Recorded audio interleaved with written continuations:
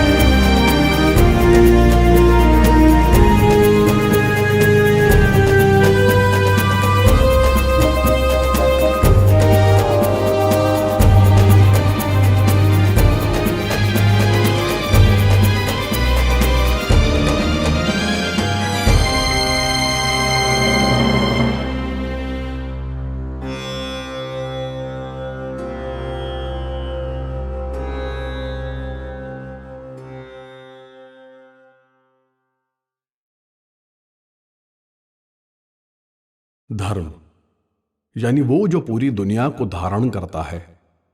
कुछ हिंदू धर्म शास्त्रों में कहा गया है कि धर्म वो है जो सबको अभ्युदय यानी आध्यात्मिक वृद्धि और निश्रेयस यानी भौतिक सुख देता है। धर्म को पंथ या रिलीजन के रूप में देखना और फिर धर्मनिरपेक्षता को नीति बना लेना एक ऐतिहासिक भूल है, जिसके मूल में हिंदू धर्म को महज एक जीवन शैली तक सीमित कर देना और अब्राहमिक रिलीजन के रीति रिवाजों को ही आस्था पंथ का एकमात्र पैमाना बना देना है। आज सनातन धर्म का संघर्ष मुख्यतः उपनिवेशिक मानसिकता वाले वामपंथी झुकाव रखने वाले लोगों से है, जो हमेशा सेक्युलरिज्म का डोल पीटते रहते हैं। इस्लामिक कट्टरपंथियों के साथ वामपंथियों का एक अजीबोगरीब गठबंधन आज सनातन धर्म के लिए सबसे बड़ी चुनौती बना है। सनातन समाज के लोग, हिंदू खासतौर से, उनको ये बात समझनी होगी कि सनातन एक धर्म है और जितने भी दूसरे हैं वो मजहब हैं। धर्म और मजहब में अंतर समझना होगा, सनातन की ओर लौटना होगा। ये जो मजहब है, जिसकी कोई किताब है, जिसका कोई पैगंबर है, जिसमें ये करना है ये नहीं करना है, सनातन के लोगों को अगर अपनी हजारों साल पुरानी संस्कृति और सभ्यता बचानी है तो उनको बाहर निकलना होगा। और बहुत सारे झूठे स्लोगन, हिंदू मुस्लिम भाई भाई, ये गंगा जमुना तहजीब, सारे धर्म बराबर हैं, ये झूठ के पुलिंदे हैं। दुनिया में अनादिकाल से, जब से ये सृष्टि है और जब तक ये रहेगी, तब तक सिर्फ एक ही धर्म था जिसका नाम है सनातन। बाकी धर्म हैं, धर्म पैदा होते हैं, धर्म मर जाते हैं। अकबर ने भी एक धर्म शुरू किया था, आज उसका पता नहीं है। लिहाजा तमाम अपने अंदर की कमियां जो सनातनियों के अंदर आई हजारों सालों से, जात की, पात की, ऊंच की, नीच की, इन कमियों को खत्म करना होगा और एक राष्ट्र के रूप में आपको सोचना होगा। अगर हिंदू संगठित नहीं हुए, उन्हें संगठित किसी के खिलाफ नहीं होना है, संगठित होकर हथियार नहीं उठाना है, संगठित होकर के अपने मन के अंदर के डर को बाहर निकालना है, अपनी तर्क शक्ति बनानी है। फैक्ट और फिगर के साथ देश भर में जो जिहादी घूम रहे हैं, जो आतंकी घूम रहे हैं, जो इंटेलेक्चुअल हैं, जो यूनिवर्सिटीज के अंदर उन लोगों को प्रोटेक्शन देते हैं, जो उनके नैरेटिव को आगे टेलीविजन पर डिफेंड करते हैं, उनको कॉर्नर करना होगा। और देश के अंदर एक ऐसी जागृति पैदा करनी होगी कि सनातनियों का पूरी दुनिया में एक देश है और वही सभ्यता है, वही ज्ञान है। सनातन कोई पूजा पद्धति नहीं है। लिहाजा हमने जो गलतियां की हैं, हमारे पूर्वजों ने जो गलतियां की हैं, जो सरकार के लेवल पे होना चाहिए वो काम हो रहा है, चाहे 370 हटा हो, चाहे 35 पे हटा हो, चाहे 550 साल से मंदिर का मामला हो, वो सुप्रीम कोर्ट ने फैसला दिया। अगर सनातनी एक साथ रहेंगे, सनातन के लोग इस देश के बारे में सोचेंगे, तो मुझे लगता है कि ये जो राक्षसी प्रवृत्ति की जो जो संस्कृति है, ये जो सभ्यताएं हैं, इनका नष्ट होगा।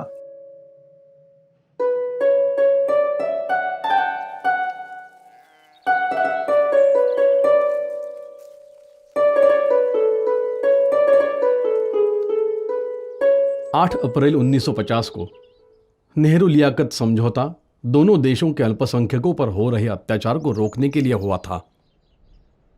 इस समझौते में जबरन धर्म परिवर्तन को मान्यता न देने की बात कही गई थी। भारत के राजनैतिक नेतृत्व ने शायद ही कभी इस मुद्दे को वैश्विक मंच पर उठाया है। भारत में अल्पसंख्यकों की जनसंख्या बढ़ती जा रही है। जहां 2050 तक भारत दुनिया की सबसे बड़ी मुस्लिम आबादी वाला देश बन जाएगा, वही पाकिस्तान में अल्पसंख्यक खत्म होने की कगार पर पहुंच गए हैं। पर भारत में अगर कोई इस मुद्दे को उठाता भी है तो उसे फासिस्ट, सांप्रदायिक करार दे दिया जाता है। हमारे तथाकथित बुद्धिजीवियों को भी मानवाधिकार की चिंता होती है, पर रोहिंग्या शरणार्थी के लिए, जिन पर खुद हिंदुओं के नरसंहार के आरोप हैं, आए दिनों उन्हें आधार कार्ड के साथ पकड़ा जा रहा है। आश्चर्य तो तब हुआ जब रोहिंग्यों को जम्मू में बसाया गया। पर हाल ही में एक एनजीओ एकजुट जम्मू ने प्रमाण के साथ बताया है कि कैसे जम्मू में हिंदू सिखों के खिलाफ लैंड जिहाद किया जा रहा है। हिंदुओं को अल्पसंख्यक बनाने के लिए सुनियोजित तरीके से सरकारी जमीन पर मुस्लिमों को बसाया जा रहा है। तो मानवाधिकारों की बात करने वालों की असल मंशा को समझने की जरूरत है।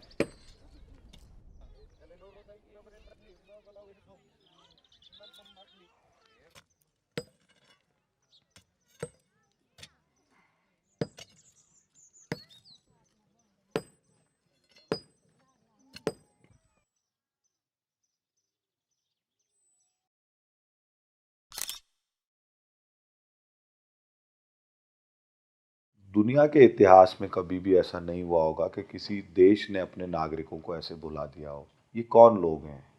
ये अविभाजित भारत के नागरिक हैं। कौन सा भारत? वो भारत जहाँ सिंधु नदी के किनारे पर वेदों की रचना हुई। वो भारत जहाँ की सिंधु घाटी सभ्यता के बारे में पूरी दुनिया ये मानती है कि ये विश्व की सबसे पुरातन और सबसे उन्नत सभ्यता रही है। वो भारत जहाँ हमारे शक्तिपीठों का प्रथम शक्तिपीठ माँ हिंगलाज का मंदिर है।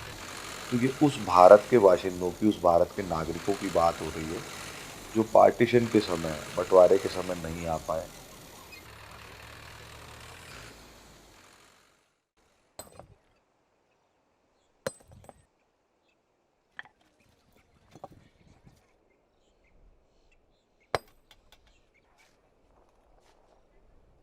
हिंदू समाज की उदासीनता के पीछे सिर्फ उनका भाषाई, जातीय आधार पर विभाजित होना नहीं है, एक और महत्वपूर्ण कारण भी प्रतीत होता है, और वो है अपने इतिहास का सही ज्ञान न होना।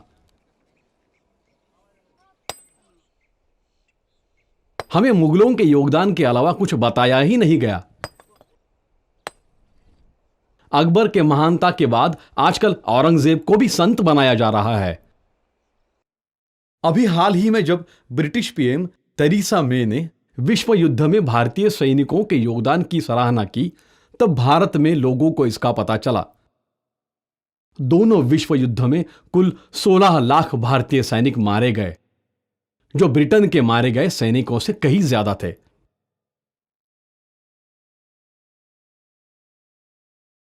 मगर यह हमारे इतिहास का हिस्सा नहीं है। प्रसिद्ध फोटोग्राफर मार्गरेट बॉर्क व्हाइट, जिन्होंने नाजी कैंप की भयावह तस्वीरों को पूरी दुनिया में पहुंचाया था, कलकत्ता में विभाजन के दौरान हुई हिंसा के दृश्यों की तुलना नाजी कैंप से की थी। आज की युवा पीढ़ी को इसका अंदाजा ही नहीं है कि हमने किस कीमत पर इस मुल्क को हासिल किया है।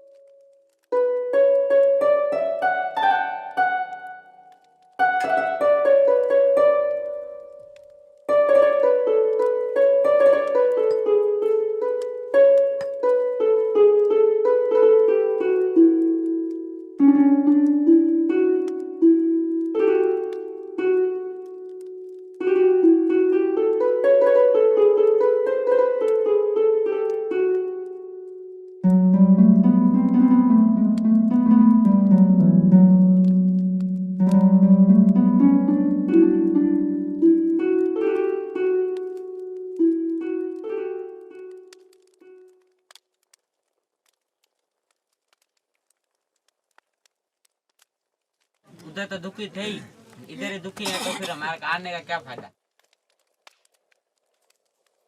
तकलीफ तो चले थे वो लोग क्योंकि हिंदू हो इसलिए। धर्म निभा सकते हैं नहीं,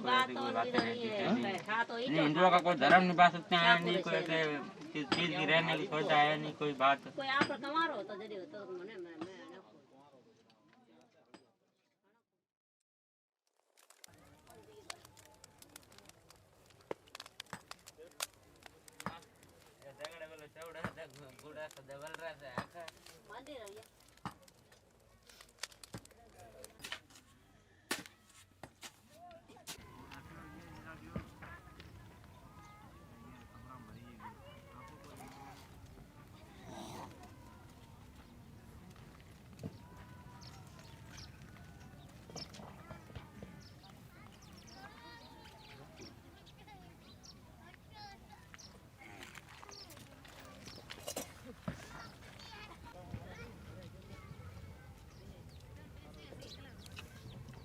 1947 में जब भारत के 2 टुकड़े हुए और मजहब के नाम पे एक देश बना, उसके बाद इस बात की चिंता की गई कि पाकिस्तान में रहने वाले जो हिंदू होंगे, सिख होंगे, बौद्ध होंगे, जैन होंगे और भारत में रहने वाले मुसलमान, इनके ह्यूमन राइट्स का क्या होगा।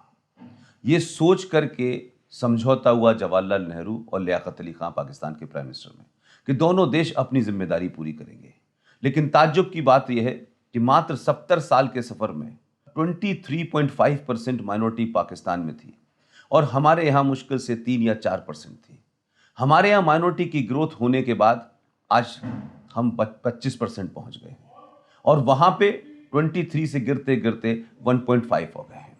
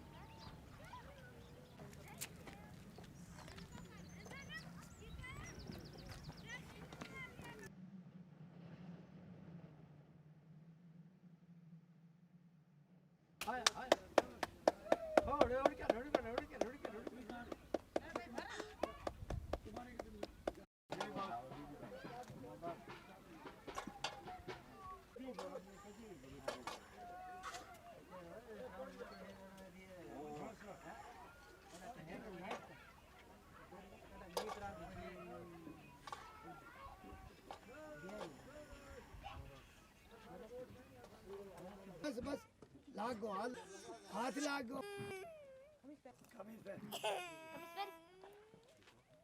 सूत्र पैरा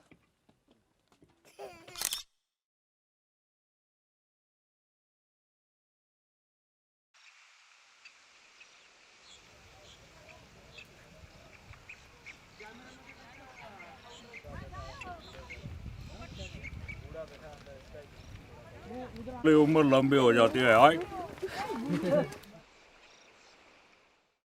दरअसल महान रूसी लेखक सोल्जिनिस्तिन ने कहा था कि जैसे पूरी पृथ्वी पर कोरियोलिस इफेक्ट एक समान है और नदियों का बहाव इस तरह होता है कि सदैव दाहिना किनारा कटता और टूटता है, जबकि बाढ़ का पानी बाएं किनारे पर फैलता है।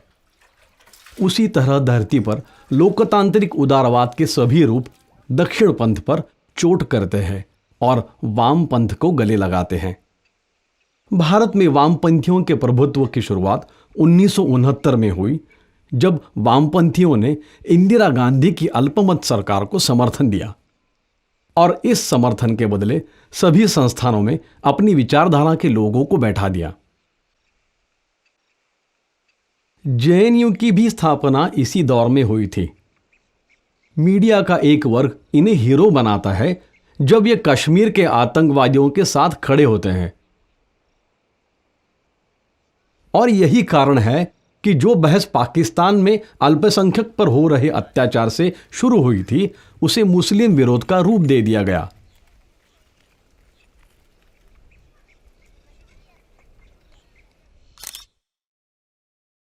ये तस्वीरें बहुत कुछ बयां करती हैं। मानो इस मुल्क को उसके किए वादों को याद दिला रही हैं जो 70 साल पहले उनसे किए गए थे। अपना सब कुछ छोड़कर जब ये अपने देश भारत आते हैं तो इन्हें ऐसी जिंदगी नसीब होती है।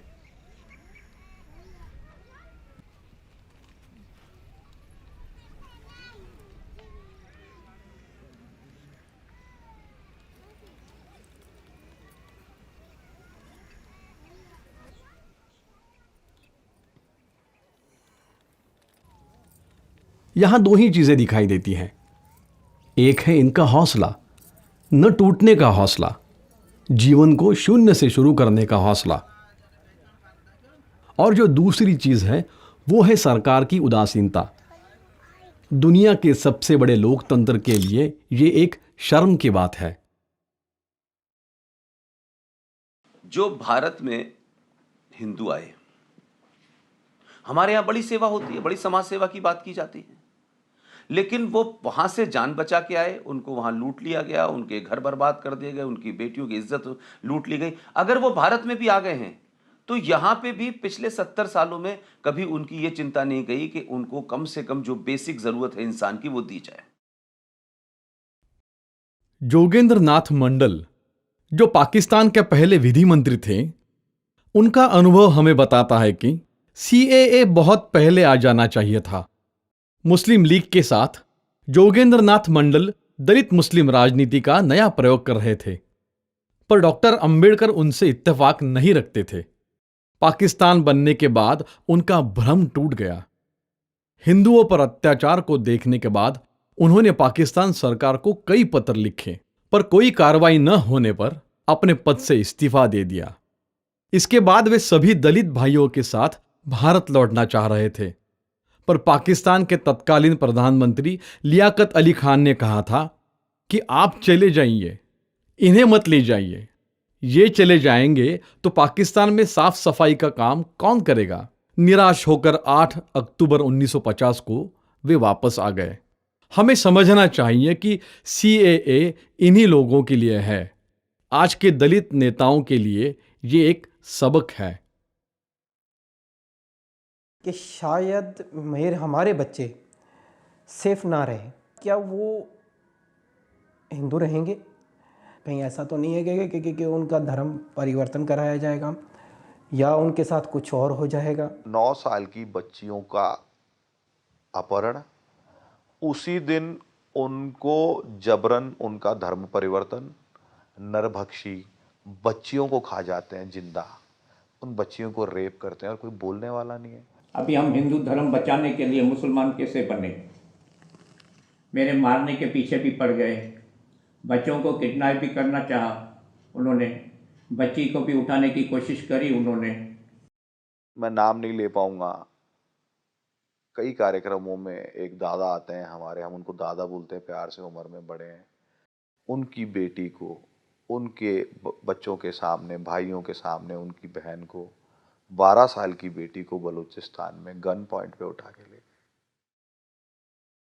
बच्ची अंदर रेप हो रही है, बच्ची के रोने की आवाज आ रही है, पिता उनके सामने गिड़गिड़ा रहा है। वो लोग बंदूकों के बटों से पिता और उसके रिश्तेदारों को मार रहे हैं। फिर मेरे को बच्ची पैदा हुई। बच्ची की मैंने स्कूल में एडमिशन की तो मेरे ही रोड़ी शहर में, सक्खर शहर के नज़दीक जहाँ हम रहते थे, उसको अगवा कर लिया गोकर राम की। और जबकि वो हमारे घर से नहीं निकलती थी, बाई चांस वो निकली थी, अगवा करके गए। अगवा करने के बाद उसको मुसलमान कर दिए। मेरे सामने लड़की मुसलमान हुई। पाकिस्तान में अल्पसंख्यकों पर अत्याचार की कहानी उतनी ही पुरानी है जितना पुराना पाकिस्तान। कोरोना संकट के बीच पाकिस्तान का अमानवीय चेहरा सामने आया है कि हिंदुओं को राशन नहीं दिया गया, कि ये राशन सिर्फ मुसलमानों के लिए। सबसे खौफनाक है वहाँ का ईश निंदा कानून।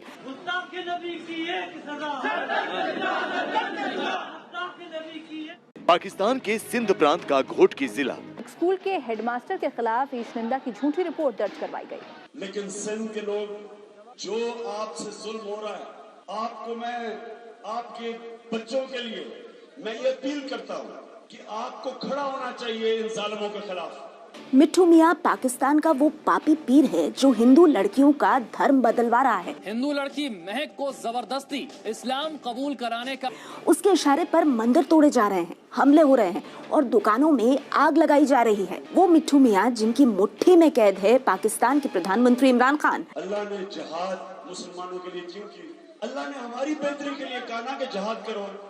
मिट्ठू मियां पाकिस्तानी सेना का भी काफी करीबी है और जो लड़की इसका विरोध करती है उसे जबरन देह व्यापार में उतार दिया जाता है। हिंदू बिरादरी का ये सवाल भी है कि सिर्फ नौजवान लड़कियों को ही क्यों मजहब तब्दील करने पर आमादा किया जाता है। मैं ये कहता हूँ कि सिर्फ रिंकल कुमारी नहीं है, 4 हिंदू इसी हफ्ते में मरे हैं, 8 को अगवा किया गया है, 4 लड़कियां गुम हैं। ऐसे वाकयात सिंध में नए नहीं। मीरपुर मथेलो की रिंकल कुमारी समेत कई लड़कियों के अगवा की कहानियां सामने आ चुकी हैं। यही वजह है कि पाकिस्तान में हिंदुओं की संख्या लगातार कम होती गई। रिंकल कुमारी का केस एक मॉडल केस है। वहाँ की पूरी व्यवस्था किस तरीके से काम करती है ये समझने वाली बात है। रिंकल कुमारी को कोर्ट में पेश किया गया सुप्रीम कोर्ट के कहने पर, उनके आदेश पर, और पेश करने के बाद में रिंकल कुमारी ने भरेआम कोर्ट के बीच में, सबके बीच में ये कहा कि ये लोग मुझे जबरन उठा के ले गए हैं, इन लोगों ने मेरे पे ज्यादतियों की सारी जो है सीमाएं लांघ दी हैं और मैं बहुत दुखी हूँ और मुझे या तो मेरे माता पिता के साथ भेज दिया जाए या फिर मेरे 2 टुकड़े करके मुझे यहीं कोर्ट में आप दफना दीजिए जज साहब, लेकिन मुझे इनके साथ नहीं जाना है। पाकिस्तान के मुख्य न्यायाधीश ये कहते हैं कि लंच के बाद फैसला सुनाया जाएगा और लंच के बाद पाकिस्तान जैसे एक बड़े देश का मुख्य न्यायाधीश ये फैसला देता है कि रिंकल कुमारी ने जुडिशियल स्टाम्प पे लिख के ये दिया है कि मैंने अपनी मर्जी से इस्लाम कबूल किया और मैं अपनी मर्जी से अपने पति के साथ रहना चाहती हूँ जिसका मेरे से निकाह हुआ है और मेरे माता पिता से कोई संबंध नहीं रखना चाहती। इसलिए उसकी कोर्ट में खुद की निजी रूप से की गई स्वीकारोक्ति का कोई महत्व नहीं है, क्योंकि वो स्टाम्प पेपर पे, नॉन जुडिशियल स्टाम्प पेपर पे अपना कबूलनामा दे चुकी है और उस निरीह बच्ची को उन्हीं राक्षसों के हवाले सुप्रीम कोर्ट पाकिस्तान कर देती है। दुनिया भर के अंदर माइनॉरिटी की बहुत बात होती है, भारत में भी होती है, लिबरल भी करते हैं, फ्रीडम ऑफ एक्सप्रेशन की बात भी करते हैं, बहुत सारे संगठन हैं, अलग अलग संगठन हैं, लेकिन पाकिस्तान के अंदर जो इस्लामिक जिहाद और इस्लामिक आतंकवाद और इस्लाम की सोच की सबसे ज़्यादा ब्रूटलिटी का शिकार हुई है वो हिंदू कम्युनिटी हुई है। उन हिंदुओं को ना अपनी पूजा पद्धति की परमिशन है, उन हिंदुओं को ना अपने रीति रिवाज से शादी करने की परमिशन है, उन हिंदुओं के साथ में पाकिस्तान का न्याय जो है, पाकिस्तान की जो कानून है, पाकिस्तान का जो संविधान है, उसके तहत उनकी शादी जायज़ ही नहीं है। लिहाजा पाकिस्तान में जहाँ जहाँ माइनॉरिटीज़ रहती हैं वहाँ पर जिस तरीके से उन पे अत्याचार होता है, उनके घर जलाए जाते हैं, उनकी प्रॉपर्टी लूटी जाती है, उनके बलात्कार होते हैं। और आपने देखा होगा कि क्रिश्चियंस के साथ में क्या किया है। लाहौर के पास एक शहर है योहानाबाद, वहाँ पे किस तरीके से क्रिश्चियंस की प्रॉपर्टी लूटी जाती है, किस तरीके से वहाँ एक हुदूद कानून बना हुआ है जिसमें मोहम्मद जिस कार्ड पे या मोहम्मद जहाँ लिखा होगा अगर उसके ऊपर भी ज़मीन पे गिर जाए तो उसके ऊपर भी आपके ऊपर बगैर ज़मानत के आपको गिरफ्तार किया जाए। मेरे को वहाँ किडनैप कर लिया गया, अगवा कर लिया गया। अगवा करने के बाद मेरे से पैसों की डिमांड की गई। किडनैप हुआ तो वहाँ पे मेरे को ऐसी जगह पे रखे जो जंगल होता है, जंगल जहाँ सिर्फ जानवर रहते हैं, चौधारी, कई दरिया के किनारे, वहाँ कच्चे का इलाका कहलाता है। वहाँ पे ना खाना ना पीना ना कोई गाड़ी की आवाज़। 4 महीने एक ही समझो छोटा सा कुआं टाइप का बना हुआ था, खड्डे के अंदर है, ऊपर से इन्होंने ढक दिया था, जैसे जानवर को किसी को रखते हैं ना ऐसे रख के हमें बिठा दिया था। 4 महीने 3 लोग थे हम लोग, एक को तो गोली मार दी थी उन्होंने, 3 लोग। मतलब सुबह उठने के बाद से लेके टॉर्चर करना, अरे हिंदू हो, ऐसे हो वैसे हो, मारना पीटना। अरे मैं उनको बोलता था भैया मेरी क्या गलती है, मैं तो तुम्हारे पास किडनैप हूँ, पैसे नहीं आ रहे तो वहाँ से नहीं आ रहे, इतना मतलब तंग करते थे। मैंने उनको बोला भैया मेरे को गोली मार दो। तो गोली मारने के बाद मैंने उसको पूछा कि भाई क्यों गोली मार दी वहाँ पर, तो वो फ़ोन ही काट देते थे। वहाँ पर डर तो रहता है, डर क्यों नहीं रहेगा। यानी वहाँ जिंदा रहना है तो इसका टैक्स देना पड़ता है चरमपंथी लोगों को, जिसे जजिया कहा जाता है इस्लामिक रूल में। नॉन मुस्लिम व्यक्ति से, गैर मुस्लिम व्यक्ति से लिया जाने वाला पैसा जजिया होता है, जिसपे वो अपना अधिकार समझते हैं। वहाँ पे इंसान मतलब समझो हर तरह से परेशान और मजबूर होता है, पैसे नहीं है तो मार दिए जाओगे, ये कहानियां तो मतलब आम हो रही है वहाँ पे। कल्चरल जिहादी, जो सांस्कृतिक जिहादी हैं, मियाँ मिट्टू जैसे, पीर जान सरहंदी जो चिश्ती हैं दूसरी एक दरगाह के, उनके जैसे, मियाँ मिट्टू बरचंडी शरीफ दरगाह का चिश्ती है, मीर यानी पूर्व राजा, पीर यानी चिश्ती दरगाह और के दरगाहों के चिश्ती और मस्जिदों के मौलवी, और वडेरे यानी बहुत बड़े लैंडलॉर्ड या जागीरदार जो अपने यहाँ पे गरीब हिंदुओं को बंधुआ मजदूर की तरह रखते हैं और उनकी बच्चियों को अपनी भोग दासी यानी सेक्स स्लेव बना लेते हैं। ये एक नेक्सस वहाँ पे माइनॉरिटीज़ के खिलाफ, अकलियतों के खिलाफ काम करता है। इसलिए मैं मानता हूं कि ह्यूमन राइट, ये तमाम सारी चीज़ें सेलेक्टिव हैं। अभी कोई हिंदू गुजर जाता है या मर जाता है तो उनको मुसलमान लोग जो है शमशान घाट में जलाने भी नहीं देते हैं, और हम जब जलाने जाते हैं तो हमारे पीछे वो पत्थर मारते हैं और निकलो यहाँ से, हमारे को भाई बदबू आती है, आप मत जलाओ यहाँ से। हम मजबूरन अभी उनको जो है धरती में दबाते हैं। अभी कलावा आप पहन नहीं सकते, तिलक आप लगा नहीं सकते, बहन बेटियां मांग नहीं भर सकती, बिंदी नहीं लगा सकती। आप कितनी सैकड़ों बहन बच्चियों से मैं आपको मिलवाता हूं जो ये कहेंगी हमने ताले के अलावा कुछ नहीं देखा, हमारे पति हमको ताले में बंद करके जाते थे और पूरे दिन हम घर के अंदर सांस रोक के चुपचाप अपना काम करते थे, बाहर किसी को पता न चल जाए घर में औरतें। मैं कार चला रहा था, किसी गाड़ी वाले को मेरी कार थोड़ी सी लग गई, वो भी उस गाड़ी वाले की गलती के कारण।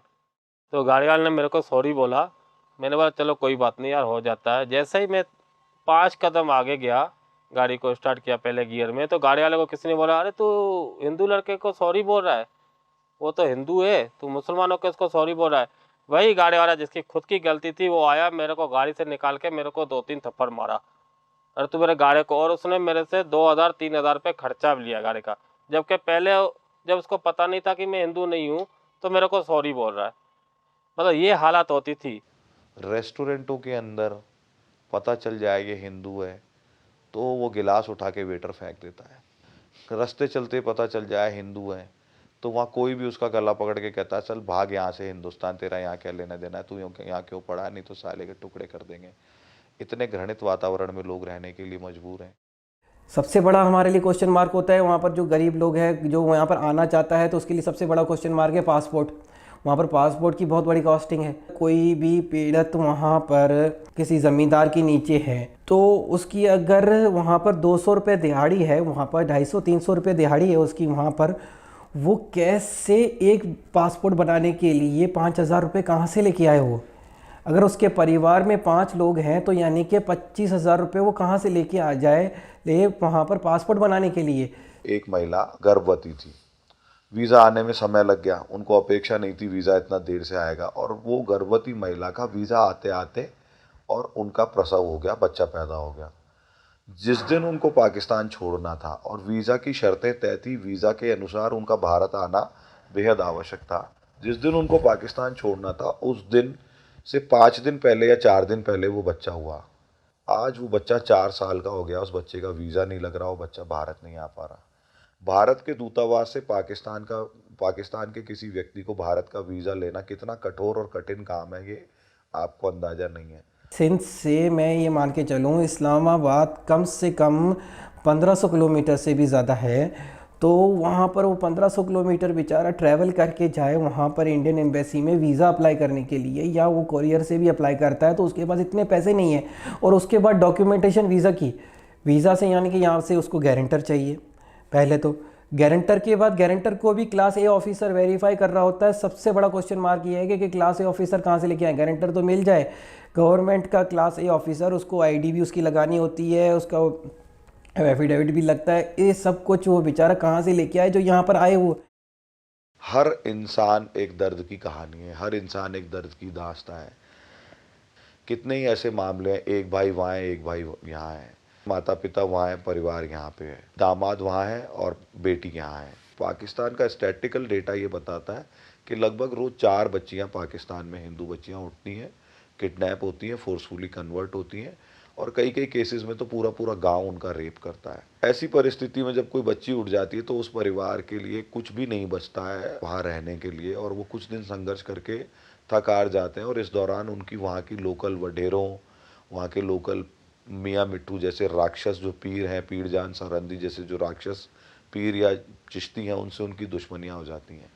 वो जितना थानों के चक्कर ज़्यादा लगाते हैं, जितना मेन स्ट्रीम या इंटरनेट के माध्यम से सोशल मीडिया पे अपनी बात को कहने का और अपने दुख को व्यक्त करने का प्रयास करते हैं, उतना ही उनकी जान को रिस्क बढ़ जाती है। और फिर एक दिन ऐसा आता है कि उनको पता होता है कि अगर आज नहीं निकले तो कल सुबह मार दिए जाएंगे, और वो अपने परिवार के साथ 1.5-2 महीने इस्लामाबाद के आसपास कोई कृष्ण मंदिर लाहौर में और इधर उधर जाके गुरुद्वारों में शरण लेते हैं और भारत से अपने डॉक्यूमेंट आने का और वीज़ा मिलने का इंतजार करते हैं। यहाँ पे दोजख है और कुछ नहीं है हम हिंदुओं के लिए। वहाँ की गवर्नमेंट कुछ भी नहीं कर रही थी। जिस देश में माइनॉरिटीज़ के खिलाफ कोई कानून ही ना हो, कोई सुप्रीम कोर्ट ना देखने वाला हो, कोई कोर्ट ना देखने वाला हो, गवर्नमेंट फैसिलिटेट क्या करे, तो आप सोचिए वहाँ पर माइनॉरिटीज़ कैसे रह रहे होंगे। पाकिस्तान में कोई अल्पसंख्यक आयोग नहीं, पाकिस्तान में कोई अल्पसंख्यक मंत्रालय नहीं, पाकिस्तान में अल्पसंख्यकों के मंदिरों को और गुरुद्वारों को तोड़ने के ऊपर कोई बैन नहीं, वहाँ पे कोई व्यवस्था नहीं, वहाँ पे कोई कानून नहीं, धर्मांतरण को लेके कोई चर्चा नहीं, जबरन कन्वर्जन को लेके कोई चर्चा नहीं। तो हमारे परिवार के साथ, हमारी बेटियों के साथ, हमारी बहनों के साथ ऐसा हो रहा है, हमारे साथ ऐसा हो रहा है। इतनी हालत हो गई थी, इतनी टेंशन हो गई थी, ले दे के मैंने बोला मेरे को तो हिंदुस्तान जाना है। एक पिता को ये पता है कि उसकी बच्ची को सेक्स स्लेव बना दिया गया है। एक पिता को ये पता है कि उसकी बच्ची जिंदा है भी कि नहीं है। एक पिता को ये पता है कि उसकी बच्ची ने उस दिन के बाद जितने भी दिन जिए होंगे वो नर्क से भी बदतर यातना के साथ जिए होंगे, और वो पिता अपने बाकी के परिवार को बचाने के लिए संघर्ष कर रहा है। हम हिंदू धर्म की खातिर वो देश छोड़ के हम अपना इधर आए। कहाँ शिफ्ट होना है कि हम लोग हिंदू हैं तो हमने अपना हिंदुस्तान चुना, भारत चुना, इंडिया। पाकिस्तान का हिंदू भारत में शरण नहीं लेगा तो कहाँ लेगा? वो भारत में नहीं आएगा तो कहाँ जाएगा? उसके लिए धरती पर अब कौन सी जगह बाकी रह गई है जो वहाँ चला जाए? और जब वो माइनॉरिटीज किसी तरीके से लीगल तरीके से भारत में आती भी हैं, तो भारत की सरकारों की पिछले 70 सालों से जो उदासीनता है, क्योंकि भारत के लोगों को हर चीज एक वोट बैंक में नजर आती है, तो इस देश में मुसलमानों को लेकर के एक वोट बैंक की तरह इस्तेमाल किया गया और उनके रिलीजियस फीलिंग को, उनके पॉलिटिकल इस्लाम का इस्तेमाल करके हमारे देश में मुसलमानों को एक इस तरीके से अपीज किया गया कि संवैधानिक तौर पे ऐसी चीजें दी गई जो उनको नहीं दी जानी चाहिए थी। इस देश की न्याय व्यवस्था ने जब भी कोई फैसला दिया, मुसलमानों ने दबाव बना करके उस फैसले को पलटवा दिया। लेकिन भारत के अंदर 8 राज्यों में माइनॉरिटी में है हिंदू, उसके बावजूद भी जो पाकिस्तान से आ रहे हैं उनके बारे में ये देश कभी सोचता ही नहीं था। उनके कभी ह्यूमन राइट्स की बात ही नहीं होती थी, उनके जीवन का जो जीने का तरीका है उस पर कभी बात नहीं होती थी। आज कई सालों के बाद में जब उस पर चर्चा हो रही है, तो वही माइनॉरिटीज जो माइनॉरिटी होने के नाम पे तमाम अधिकार मांगती हैं, वही माइनॉरिटीज आज उस माइक्रोस्कोपिक माइनॉरिटी जो भारत में पाकिस्तान से हिंदू आए उसके खिलाफ खड़ी हो गई है। तो ये अपने आप में ट्रेजिडी है कि आप माइनॉरिटी होते हैं तो आपका एक नजरिया होता है, जब कोई दूसरी माइनॉरिटी होती है उसका फेथ दूसरा होता है, उसकी पूजा पद्धति दूसरी होती है, तो अब आपका दूसरा नजरिया होता है। 3 साल तक मैं यहाँ पर बेरोजगार था, 3 साल तक, क्योंकि मेरी डिग्रीज वहाँ की थी। तो मैं बच्चों को कैसे पढ़ाता अगर मेरी इनकम नहीं थी, क्योंकि हम लोग बच्चों के लिए यहाँ पर आते हैं। ना आधार बनवा सकते हैं, ना हम पैन कार्ड बनवा सकते हैं, ना हम बैंक अकाउंट खोल सकते हैं, ना हम अपने छोटे से कस्बे के बाहर जा सकते हैं, और ना ही हम व्यापार कर सकते हैं, ना ही नौकरी कर सकते हैं। कि मेरे को ये नेशनलिटी मिली है 6 महीने हुए हैं, जबकि मेरे परिवार को अभी भी नहीं मिली है। और कभी कभी हम लोग मकान किराए पे रह रहे हैं, कभी कभी किराए पे लेने के लिए जाते हैं ना, किसी मकान मालिक को पता चलता है कि हम पाकिस्तानी हैं, तो पहली बात तो वो हमें मकान देता नहीं है। कोई पाकिस्तानी को मकान नहीं दे रहा है, चेंज करो। 1-1 महीने के बाद, 2-2 महीने के बाद हम चेंज करते थे वो मकान। कम से कम अब तक हमने 80-85 मकान चेंज कर चुके हैं। और फिर नागरिकता का वार आया, नंबर आया तो हमें नागरिकता मिली, लेकिन बच्चों को अभी तक नागरिकता नहीं मिली। कि चौथी पीढ़ी आ गई है, उनके माता पिता का जन्म 1947 से पहले नहीं हुआ है। वो बेचारे 12 साल की नागरिकता लेने के लिए उनका जीवन बर्बाद हो जा रहा है। बड़े निर्धन लोग हैं, और 80% से भी ज़्यादा इसमें दलित हिंदू और दलित सिख हैं, और इसमें उसी 80% की संख्या में आदिवासी यानी एसटी के, शेड्यूल्ड ट्राइब के बहुत बड़ी संख्या में हिंदू शामिल हैं। 30 साल के से लोग हैं ना जो हमारे रिश्तेदारी में आज भी बैठे हुए हैं, जिनको 30 साल हो गए उनको नागरिकता नहीं मिली है। और अगर आज पाकिस्तान का हिंदू कोई अधिकार मांग रहा है तो वो किसी के बाप की जागीर नहीं मांग रहा। वो क्या मांग रहा है? वो परम पूजनीय राष्ट्रपिता महात्मा गांधी के दिए हुए वचन को निभाने की तो बात कर रहा है। वो क्या मांग रहा है? भारत के पहले प्रधानमंत्री जवाहरलाल नेहरू ने 1950 में लियाकत नेहरू समझौते के तहत ये लिख के दिया था कि यदि पाकिस्तान की माइनॉरिटीज़ भारत आना चाहेंगी तो भारत उनको सहर्ष स्वीकार करेगा, भारत उनको अनिवार्य रूप से शरण देगा और भारत उनको किसी भी दूसरे विदेशी की तुलना में कम समय में नेचुरलाइजेशन यानी प्राकृतिक रूप से भारत का नागरिक बनने का अधिकार देगा। ये तो भारत की आज़ादी की कमान संभालने वाले महात्मा गांधी के इच्छाओं की पूर्ति है भाई, ये किसी का एहसान थोड़ी है हमारे लोगों पे। जम्मू कश्मीर एक राज्य है भारत में जहां मेजॉरिटी मुसलमानों की है, लेकिन आप देखें कि जो पूरे देश में माइनॉरिटी में है वो एक राज्य में मेजॉरिटी में है। जहां वो मेजॉरिटी में है उनका एटीट्यूड क्या है? उन्होंने भारत सरकारों पे दबाव बना करके आपने 370 भी लिया और 35 भी लिया। यानी जम्मू कश्मीर में नागरिकता देने के लिए जम्मू कश्मीर की उस मुस्लिम सरकार से जब तक आपको सहमति नहीं मिलेगी आपको नागरिकता नहीं मिलेगी। भारत का हिंदू हो, मुसलमान हो, सिख हो, पारसी हो, उसको जम्मू कश्मीर में नागरिकता नहीं दी जाती है। और नागरिकता नहीं दे सकते तो आप न नौकरी कर सकते हैं, न कारोबार कर सकते हैं, न चुनाव लड़ सकते हैं, न वोट डाल सकते हैं। लेकिन इसके बरखिलाफ इसे मैं बार बार कहता हूं कि ये एंटी हिंदू जहन है, ये एंटी हिंदू सोच है कि भारत के लोगों को नागरिकता नहीं, हिंदुओं को नहीं दी, मुसलमानों को नहीं दी। और जो पाकिस्तान से 1947 से लेकर 57 तक के बीच में जितने लोग आए हिंदुओं, उनको नागरिकता नहीं दी जो जम्मू कश्मीर में है। लेकिन बर्मा से चल के 550 किलोमीटर दूर से आने वाले उस मुसलमान को जम्मू कश्मीर के अंदर 98,000 मुसलमानों को आपने नागरिकता दे दी। उनके पास भारत की नागरिकता नहीं है, लेकिन जम्मू कश्मीर में जाके बसे। पहले तो वहां तक पहुंचे कैसे? फिर वहां की सरकार ने, सत्ता ने, व्यवस्था ने कैसे उनको नागरिकता दी? आज आधार भी है, आज राशन कार्ड भी है, मकान भी है, बिजली का बिल है। तो क्यों ये हम न माने कि इस देश के अंदर हिंदू होना पाप है? जब कोई भारत में ये कहता है कि साहब हमारा इंटरनेट बंद कर दिया, अरे तुम्हारे बाप दादा के पास इंटरनेट था, मेरे बाप दादाओं के पास था भाई? नहीं था। इंटरनेट के बिना जीवन चलता था। कोई कहता है मैं 4 दिन से अपनी माँ से नहीं मिला, तो भाई आपकी माँ सुरक्षित रहे इसीलिए तो सरकार ने कर्फ्यू लगाया होगा। भारत में अल्पसंख्यकों के वेलफेयर के लिए अल्पसंख्यक आयोग है, उनकी संपत्तियों के लिए वक्फ बोर्ड है, उनकी यात्राओं के लिए हज कमेटी है, उनके बच्चों की पढ़ाई के लिए मदरसा बोर्ड है। इतनी सारी चीज़ों के बाद में अगर किसी जगह इंटरनेट बंद हो जाता है तो कहते हैं हमारी आज़ादी खतरे में, और ये अंतर्राष्ट्रीय विषय बन गया इंटरनेट ना होना। पाकिस्तान में निरीह बच्चियों का अपहरण हो रहा है, कोई बोलने वाला नहीं है। फर्क नहीं पड़ता किसी को उन बच्चियों की हत्याओं से, मर्डर से, अपहरण से। शर्म नहीं आती लोगों को? हमारे लोगों के पास जीने के लिए 1 इंच जमीन नहीं है और आपको इंटरनेट की पड़ी है।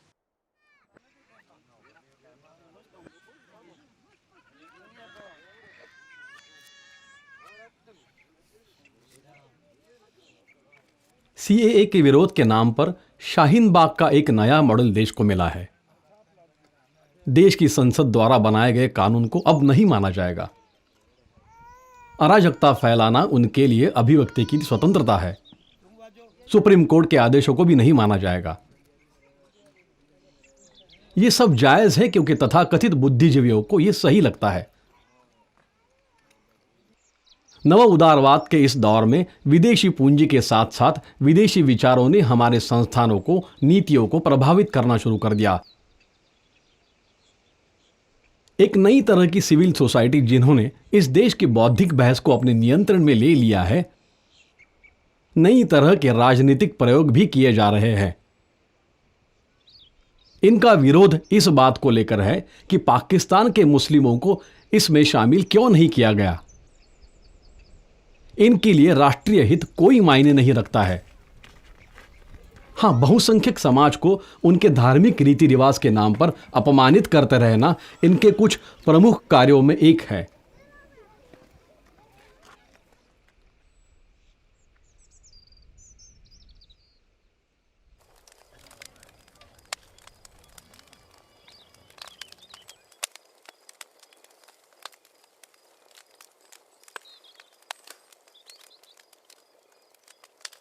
भाईचारा और प्रेम भावना थी कि जो भी लोग थे बिल्कुल सिंध में, जो सिंध में की मिट्टी में इतनी है कि जिस तरह से लोग परेशान होकर आ रहे हैं, भाग रहे हैं कहीं, ठीक है।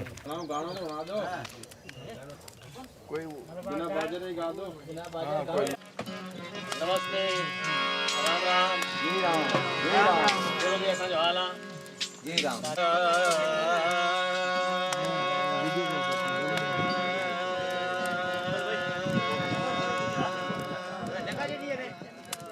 यहाँ जितने भी परिवार हैं, जिस भी बिरादरी के, शेड्यूल ट्राइब, शेड्यूल कास्ट, सब लोग सिंध से बिलोंग करते हैं, पाकिस्तान के सिंध से, और भारत में शरणागत हैं। वहाँ के कल्चर में जब गेट टुगेदर्स होते हैं, हम सब लोग साथ बैठते हैं, शाम को चौपाल जमती है तो इसको बोलते हैं मच्छ कचहरी। गाना बजाना भी होता है। तो इतनी दुख तकलीफ, बिना बिजली बिना पानी के रहने वाले लोगों के जीवन में भी स्वतंत्रता का जो आनंद है उसको एंजॉय करने के लिए, उस आनंद को जीने के लिए आज हम सब लोग यहाँ जमा हैं। निमित्तेकम नगर गंगाना नामक जगह है जोधपुर में, और यहाँ मच्छ कचहरी यानी आपस का गेट टुगेदर चल रहा है। साज हैं, साजिंदे हैं, और अभी थोड़ी देर में भजन गीत गायन सब शुरू होने वाला है। तो आप सबका स्वागत है हमारे साथ इस मच्छ कचहरी में।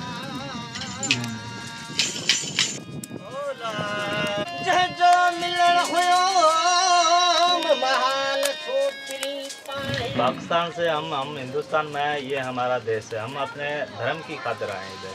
हिंदू धर्म हमारा है, उसकी खातिर आए हैं। और उधर हमें एक सुकून नहीं था, जैसे रूहानी सुकून था। इधर आए तो हमें कोई डर नहीं है। अपने देश में आए हैं और अपने बच्चों के भविष्य सुधारने के लिए आए इधर। जागीरदारी निज़ाम था उधर, सिस्टम था ज़मींदारों का, ज़मींदारी सिस्टम। हमारे पूर्वज थे तो उन्होंने सारी ज़िंदगी कमा के उधर उनके ग़ुलामी की, उनकी मुसलमानों की, मगर कुछ भी हासिल नहीं हुआ है। फिर हमने जो है देखा कि हमारे बच्चों का जो भविष्य है वो हमारा आगे सही हो, इस वजह से हम इधर आए हैं।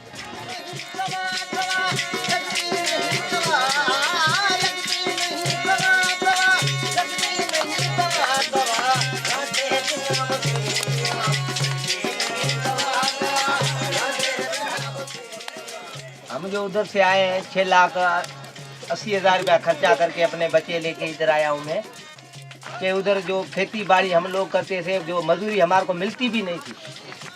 इस वजह से दुखी होकर मैं यहाँ आया हूँ भारत अपने देश में।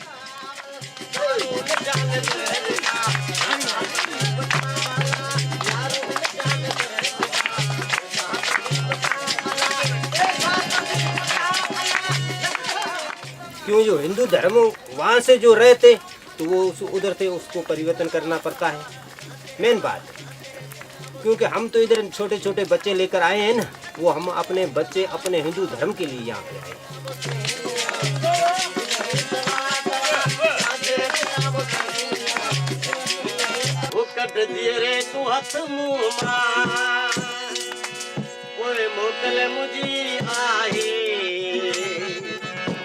सब पहजा छदे वाल्या अदा तोते भी दुख नाही। मैं छोटा था, पढ़ने शुरू हुआ स्कूल में। जब मैंने पढ़ाई शुरू की, 5-6 साल का था, पढ़ाई शुरू की तो उसी टाइम पढ़ते पढ़ते मेरे को इन्होंने 5 कलमा याद करवा दिया। 5 कलमा में पढ़ने शुरू हो गया। 5 कलमा पढ़ते पढ़ते फिर आगे निकल गया तो इन्होंने अरबी पढ़ाई। मैं अरबी जानता हूँ अभी तक ही। मेरा नाम क्या रखा? फैजू। आज मेरा स्कूल में नाम फैजू रखा हुआ है। पढ़ाई देखोगे 10वीं तक मैं पढ़ा हूँ। फैजू नाम से मेरा स्कूल में नाम लिखा हुआ है, प्रीतम नाम से नहीं है।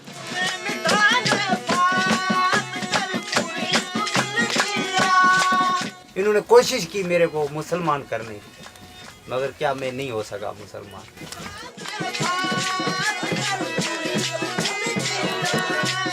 फिर मैंने एक टैक्सी ली पाकिस्तान में। टैक्सी रात को बेच के मैं घर आया तो रात को जो आए सो पूरा घर फाड़ के हर चीज लेके गया, कुछ नहीं छोड़ा। गांव गया, हर गांव में जाता था, गीता जी का पाठ कर रहा था। जो मेरा पास जो ही मैंने 2-3-4 लाख कमाए वो मंदिर बनाया। कहाँ बनाया? शिदातपुर में मार्फ डेयरी में। हमारा गुरु का द्वार है, उधर मैंने एक गुरु का द्वारा बनाया। तो मुसलमानों ने क्या किया, उसी मंदिर पे मुर्गा पालने शुरू कर दिया। अरे भाई ये हमारी इबादत की जगह है। तो उन्होंने बोला तुम कौन हो जो हमारे को रोकने वाला। फिर मैंने सोचा तो यार इधर हमारे कुछ नहीं है, अभी हमारे को इधर निकलना ही पड़ेगा। बेटा उधर जो है सांगड़ जिला राज्य सिंध में था, स्कूल पढ़ने गया। स्कूल में मैंने जो है मैट्रिक जो है 1998 में की। मैट्रिक करके उसके बाद में मैंने जो है एक ड्यूटी की अप्लाई की, वडेरे के पास गया। और तो कोई चारा ही नहीं था, हमें तो कोई पहचानते ही नहीं थे। कागज़ डॉक्यूमेंट्स लेके मैं अपने वडेरे के पास गया। तो भाई मुझे जो है ये तुम्हारे पास कोई आर्डर आए हुए हैं। तब ये जो है नवाबाद में तेल, पेट्रोल, डीजल इसका ज़ख़ीरा मिला था। तो उसी में उनकी भर्ती हो रही थी। तो वो भर्ती कर रहे थे, उसमें ऐसे बंदे भी उन्होंने भर्ती किए जो लिखे पढ़े बिल्कुल नहीं थे, कुछ नहीं समझते थे। तो मैं अपने डॉक्यूमेंट्स लेके गया, वहाँ जाके मैंने पेश किए तो भाई हमें भी जो है कोई नौकरी दो। ये बोला मैंने मैट्रिक की हुई है, मैट्रिक के मेरे पास जो कागजात भी है, ठीक है, हर चीज़ है। और आपने जो है इस बंदे को नौकरी दी है, इसके पास कौन से कागजात है? इसको बुलाओ, इसको बोलो अपना नाम तो लिखे। इसको बुलाओ, इसको बोलो कि अपना नाम तो लिखे। इससे अपना नाम पढ़ा तो क्या, उसको अपना नाम ही नहीं लिखा जाता। वो उसको तुमने लगाया है, वो जो है ड्यूटी कर रहा है, तनख्वाह ले रहा है। मैं तो फिर भी जो है मैं ये आपको नहीं कहता हूँ कि मुझे जीएम की पोस्ट दो, क्लर्क की पोस्ट दो, मुझे आप चौकीदार की पोस्ट दो, कोई भी दो। मगर उन्होंने बोला नहीं।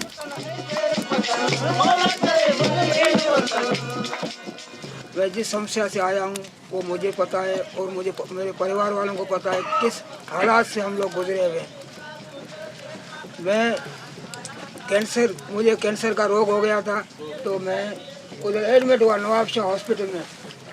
मेरे बराबर में जो बेड थे वो मुसलमानों के भी थे, हिंदू भी थे। लेकिन जब हिंदू का बताया, मुसलमानों का इलाज जो भी था वो फ्री में चल रहा था।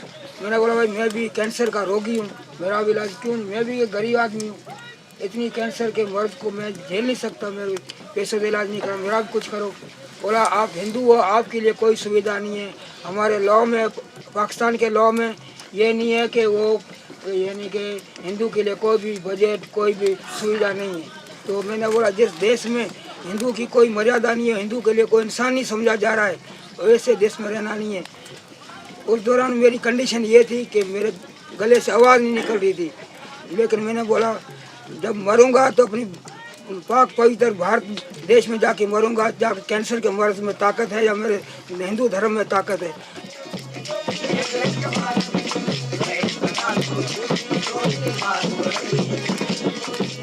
तो असां हुते जाम तकलीफ़ ॾिठी थी। कमाए मुसलमाननि खे ॾियणो थियो, बचतूं थींदियूं त ॾींदा कोन, ज़ोरी ज़बरदस्ती कंदा असांखां, हिंदुनि खां ज़ुल्म हो। वाक़ई जेके हिंदू आहिनि सभु ज़ुल्म खां ई आया आहियूं हिते हिंदुस्तान में।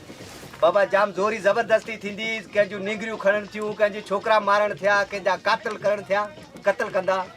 जेके हिकिड़ो ॻाल्हाईंदो त हुनखे मारे किथे उछलाए छॾंदा जेल में। हींअर मेघवार छोकिरो दुकानदार उनखे मारे, उते विच में मारे हले उछले हलिया विया ऐं पैसा हुनजा खणी विया। त अहिड़े नमूने खां जाम उन्हनि जा उते माना ज़ुल्म थिया आहिनि। जाम केतिरा ॿुधायूं आगे, तव्हां दुनिया में ॾिठा ई हूंदा, अख़बारनि में, टीवीअनि में, रोज़ ज़बरदस्ती थिए थी पाकिस्तान में।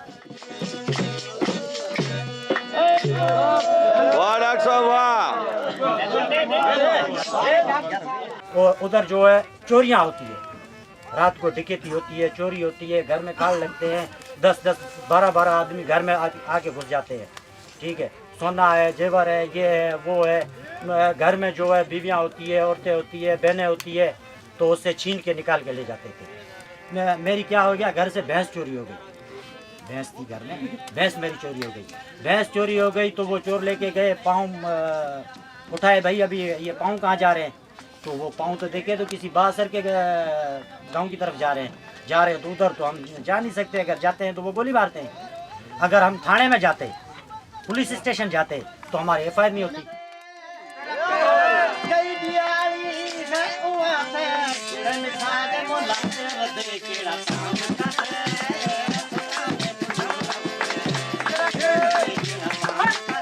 तो पुलिस तो उन्हों की सुनती है, गरीबों की थोड़ी सुनती है। उसके बाद में भी वहाँ जो है हिंदुओं की तो कोई सुनी भी नहीं जाती है। अभी भी ये सिस्टम इधर है तो आगे चल के क्या होना है। हमारे साथ ये हो रही है तो हमारे जो बच्चे बैठे हैं उनके साथ क्या होगा। फिर ये हालात थे, इसी हालात से इस नज़रिए से देखते हुए तो हमने बोला कि भाई हमने ये फैसला किया कि अभी इधर रहना नहीं है, अभी इधर रहना नहीं है, अभी तो जाना है तो अपने देश में जाना। तेरी मेरी एक जिंदगी उन्होंने तो गाना ढाइना पाकिस्तान में गाइना है वो चाहता कि भाई इधर ही आए तो उधर भी वही माशाखोरी चालू है। किसकी? मुसलमानों की। ये ऐसे थोड़ी हो सकता है। हम तो देखते हैं अपने वतन में आए हैं, फिर इधर भी वही मुसलमानों को राज। अभी मेरे भाई आए हैं छोटे छोटे, जिसके के छोटे छोटे बच्चे उधर रहे, एक 1.5 महीने का है, एक 2 महीने का है, एक मेरा बहनोई का बच्चा है, एक मेरा भाई का छोटा बच्चा उधर छोड़ के आए जी भी देखो उसको इतनी तकलीफ है जब भी वो इधर आए हैं। कोई माँ अपने बेटे को नहीं जुदा कर सकती है। वो जब भी माँ तकलीफ में होती है, जब भी अपने बच्चे को भी छोड़ के इंडिया में आई हुई है, फिर भी वो इंडिया वाले क्या करते हैं, या यही माशाखोरी इधर मुसलमान करते हैं, उसको रहने नहीं देता है, क्या है क्या नहीं है, कोई उसकी सहायता नहीं करता है। ऐसे थोड़ी। मैं तो सरकार से यही बोलता हूँ, आप अपने बच्चे से कितना दूर रह सकते हैं, उतना ही, जितना आपको बच्चा अपना प्यारा है उतना ही बच्चा औरों को भी उतना ही प्यारा है। हम अपने हिंदू धर्म के लिए इधर आए हैं, तो हम तो उधर भी दुखी होते, इधर भी आकर दुखी हो गए।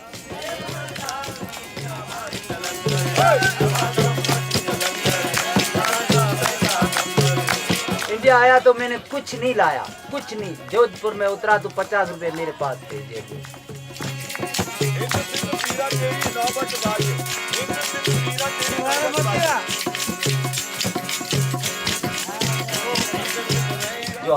जो उधर से ख्वाह से लेके आए हैं, अपना धर्म बचा के इधर पहुंचे हैं, तो उसके लिए कुछ न कुछ हमारा करें। जो हमारे बच्चियां पढ़े, उधर तो हम नहीं पढ़ा सके। मैं पढ़ा तो मेरा नाम फिर तुम उधर उन्होंने फैजू लिखा और फैजू लिखा, और जो ही पाकिस्तान में पढ़ते हैं हिंदू, उनको कलमा पढ़ाया जाता है।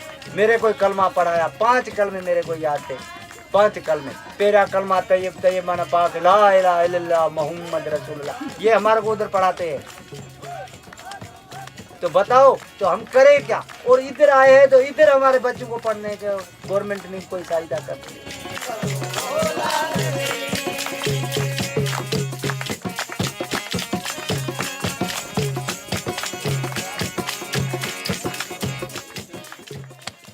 तो अभी देश में रहना चाहते हैं, यहाँ तो हमारे लिए कुछ भी नहीं है।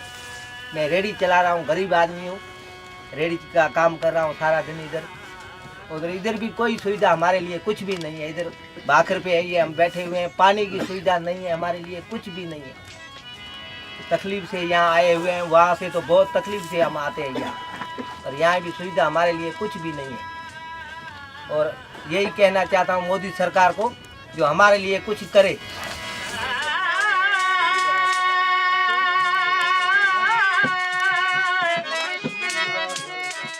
जो भी हम पाकिस्तान पर आए हुए हैं, इनके लिए कम से कम सेहत, हेल्थ और एजुकेशन के हवाले से हमारी हेल्प की जाए। हम आपसे कुछ भी नहीं मांग रहे।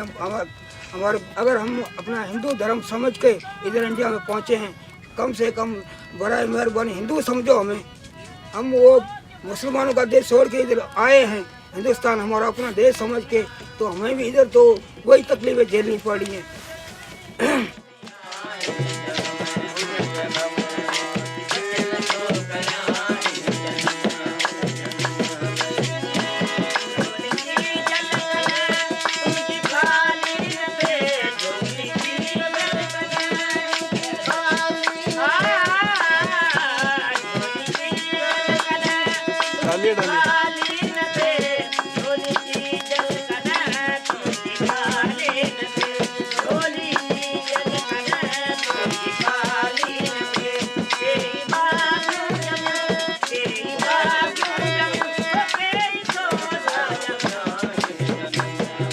तो हम जब सरकारी गवर्नमेंट हॉस्पिटल में जाएं तो हमारा इलाज नहीं हो रहा है। इलाज क्या, इलाज डॉक्टर तक ही नहीं पहुंचते हैं, पर्ची नहीं कटती है, हमारी पर्ची नहीं कटती है, तो अभी हम कहाँ जाएं? ये क्यों हो रहा है हमारे साथ? तो हमें कम से कम जो है और चीज़ें अपनी जगह पे बड़ा डॉक्टरों के हिसाब से तो हमें सुविधा दी जाए। बाकी देखो समस्या है, मसला है, रोजी रोटी हम खुद कमा के खा सकते हैं, इतनी हमारे में है कि रोजी रोटी हम अपनी खुद कमा के खा सकते हैं। जो सीएबी कानून अभी लाए हैं वे भारत की आत्मा को तार तार कर देगा। नागरिकता कानून को लेकर आज पूरे देश में कई जगहों पर प्रदर्शन हो रहा है। हमारी जिम्मेदारी बनती है कि हम अपने घरों से बाहर निकले। प्रदर्शनों के नाम पर, विरोध के नाम पर हिंसा हो रही है। पुलिस पर पत्थर बरसाए जा रहे हैं, बसों को जलाया जा रहा है, पूरे के पूरे शहरों को बंधक बनाने की कोशिश हो रही है और इसके खिलाफ आंदोलन करें। और राजनीतिक दल इन दुकानों के जरिए दूषित विचारों की कैंपस प्लेसमेंट कर रहे हैं। चाहे एनआरसी हो, चाहे एनपीआर हो, ये हिंदुस्तान के गरीब लोगों पर एक टैक्स। इन हिंसक प्रदर्शनों को हमारे देश का टुकड़े टुकड़े गैंग और इस गैंग को समर्थन करने वाले बहुत सारे बुद्धिजीवी, पत्रकार, अंग्रेजी बोलने वाले सेलिब्रिटीज जिस तरह से कानूनी मान्यता दे रहे हैं वो किसी भी लोकतंत्र के लिए बहुत खतरनाक बात है। जब आपको अपना नाम पूछेंगे, रंगा बिल्ला रख दो या कुंफू कुत्ता रख दो। अरुंधति दिल्ली यूनिवर्सिटी में नागरिकता कानून के खिलाफ छात्रों के धरने में पहुंची थी, लेकिन यहाँ जब बोलने के लिए खड़ी हुई तो गरिमा के पाताल में गिरती चली गई। बांग्लादेश, पाकिस्तान, अफगानिस्तान में लगभग 3 करोड़ से 4 करोड़ नॉन मुस्लिम्स रहते हैं। इनमें से अगर आधे भी हमारे देश में आ गए, इनको नौकरी कौन देगा? इनको कहाँ बसाओगे? Who said that the anti-CA protests are not common? By what definition are these protests? ये बड़ा अजीब कानून है। ये कानून खतरनाक कानून है। तो हम हिंदुस्तान और नॉर्थ ईस्ट को परमानेंटली कट कर सकते हैं। असम को काटना हमारी जिम्मेदारी है। And where are they who said that this was democratic disagreement and taught us about the freedom of expression? Those double-faced hypocrites. When the sinister lobby planned to coincide it with Trump's visit. पूरे देश में आग लगाने की क्या जरूरत थी? हमारे बच्चों के ऊपर डंडे बरसाए जा रहे हैं। चिकन नेक्स्ट मुसलमानों का है, वो जो इलाका है मुस्लिम अक्सरियत है। हॉस्टल्स के अंदर घुस-घुस के लड़कियों को मारा जा रहा है। कि अगर आवाम गुस्से में है, उस गुस्से का प्रोडक्टिव यूज करना। सारे देश के अंदर 33 यूनिवर्सिटीज के अंदर बच्चे जो है सड़कों के ऊपर हैं। वो जिम्मेदारी है सियासतदान की, स्कॉलर की, सहाफी। बच्चों का यही काम रह गया था। बच्चों को पढ़ाई कराओ यार, बच्चे देश का भविष्य हैं। I ask you, sir, a simple question, Mr. Shah. Who goaded the youth to target the protesters? Where protesters torched 4 public buses, 2 police vehicles as they clashed with the police in New Friends Colony near the Jamia campus. ऐसा हो ही नहीं सकता कि बसें students ने जलाई। 3 बसों को उन्होंने तोड़फोड़ किए। 3 बसों में पुलिस की बाइक को आग के हवाले कर दिया। अब ऐसे में पुलिस क्या करे? पुलिस को जाहिर बात है लॉ एंड ऑर्डर मेंटेन करना है। ठीक है, भड़काऊ भाषण देना मेरी मुकद्दर में अल्लाह ने लिख दिया है। Over the last 1 week, they have been working systematically towards provoking a situation where there is a riot and they've been putting others in front. No NRC, no cap. Getting you the breaking news in just about a bit, but 3 days of continuous violence. Remember, viewers. इस पार या उस पार का फैसला लेना पड़ता है, तो हमें कठोर संघर्ष करना होगा। Violent scenes unfolded on the streets of the national capital as protests over the amended Citizenship Act turned violent. As slogans of Azadi were raised, Congress, Left and Bhima Sena joined the anti-government, anti-cop stir. कठोर संघर्ष करने के लिए तैयार है कि नहीं? दिल्ली में देखिए, हिंसा में एक आईबी ऑफिसर की हत्या हो गई है। संघर्ष करने को हम तैयार है कि नहीं? The person identified as Ankit Sharma was training in the Intelligence Bureau. हम कोई भी कुर्बानी देने के तैयार है, कोई भी कुर्बानी देने के लिए तैयार है। Protesters, including women, gathered in large numbers and occupied a portion of the road. हम हर तरह की संघर्ष करने के लिए तैयार है। आप हिंसा फैलाएंगे सड़कों पे, लोगों को उकसा करके। एक बड़ी साजिश थी ये दंगे की। वो तो Where are the supporters of Shaheen Bagh tonight when Delhi is burning? Where are those who back the anti-national slogans on the Aligarh Muslim University campus? And where are those who call these mobsters peaceful protesters? Where are the pseudos? Where is the Latvians lobby? Student है भाई, अगर कोई protest कर रहा है तो protest कर रहा है। Where is Anurag Kashyap tonight? Amit Shah ji का भी जो इंटरव्यू था, मैं जी तो नहीं बोलूंगा उनको। Where is Farhan Akhtar tonight? देखिए उन डिटेल्स में तो ऐसा लग रहा है कि हो सकता है कुछ। Farhan Akhtar is a political illiterate, which is why he says that the NRC bill is going to lead to stateless Muslims in India. Farhan, where is Swara Bhaskar tonight? But this citizenship amendment bill could potentially disenfranchise Muslims and Muslims alone. Now that acid is being thrown on CRPF jawans, when the truth is that guns and petrol bombs are the language they are using.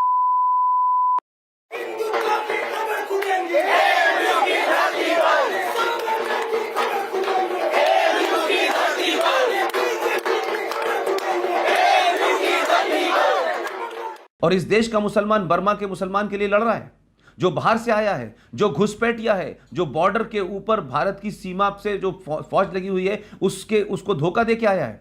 उसके लिए तो बॉम्बे के अंदर आज़ाद मैदान में आग लगाई जाती है कि उन्हें नागरिकता दो, उन्हें बसाओ। लेकिन अगर भारत में पाकिस्तान से, बांग्लादेश से जो एट्रोसिटीज़ हिंदू के साथ हो रही हैं, वो यहाँ लीगल डॉक्यूमेंट के साथ आया है, घुसपैठ करके नहीं आया। उसको बसाने के खिलाफ इस देश के अंदर लोग सड़कों पर बैठे हुए हैं, देश जलाने की बात करते हैं, देश तोड़ने की बात करते हैं। बड़े बड़े इंस्टीट्यूशन, कोई पीएचडी कर रहा है, कोई जेएनयू में पढ़ रहा है, वो कहता है कि साहब आसाम को, नॉर्थ ईस्ट को अलग कर दिया जाए, यहाँ मुसलमान महफूज नहीं है। पूरी दुनिया में जो मुसलमान हैं उसकी दूसरे नंबर की पॉपुलेशन भारत में रहती है। इसके बावजूद भी माइनॉरिटी कार्ड खेल करके इस देश को तख्तें तोड़ रही हैं। तो इस पर सवाल नहीं उठना चाहिए। जब इस पे आप सवाल उठाएंगे तो आप एंटी मुसलमान हैं, एंटी इस्लामिक हैं। ये नैरेटिव पूरे देश में है।